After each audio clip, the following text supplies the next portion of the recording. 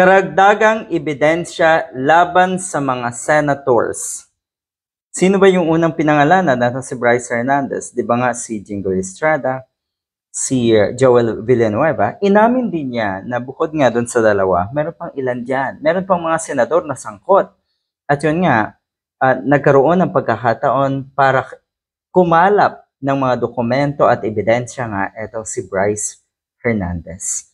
Itong batang engineer na ito. Nako, mukhang malalagay talaga sa alanganin itong sina Jinggoy, sina Joel Villanueva. Matindi ang drama na itong dalawang ito, lalo na po si Villanueva. Naku na ay mukhang siya ang madalas ay dinidiin. Ano ba ang rason? Bakit kasi siraan? Bakit kaya didiin kung wala ka talagang kasalanan? 'Di ba? Yun yung punto doon eh. Bakit ikaw ang ididiin? Sino ka ba? Ano ba are you a threat to somebody at merong isang tao na sisiraan ka? Malabo eh. So hindi natin nakikita paninira itong mga ito. Mas maigi pa siguro nga ay manahimik muna itong si Jinggoy at si Villanueva. Katulad ng sinabi ng isang idolo natin sa social media na sana mag-inhibit muna sila.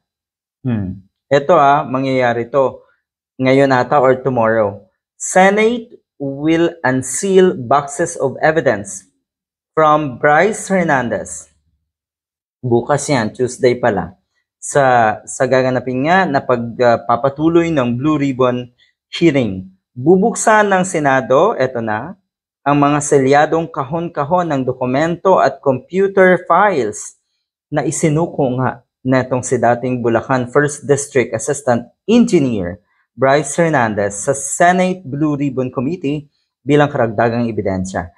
Sigurado magdidiin ito lalo kay Jingo Estrada, kay Villanueva, pero may panggulat ito kung sino pa yung mga senators na sangkot. Si Bato kaya? Si Padilla kaya? Si Bongo kaya? Si dating Senate President kaya? Sino? Kasi yung mga binanggit natin, yun yung mga posible. Alam nga naman kasing sina Senator Bam, sina Senator Kiko, Senator Risa, napakalayo. Lalong hindi pwede sina Senator Tito Soto at Senator Ping Lacson.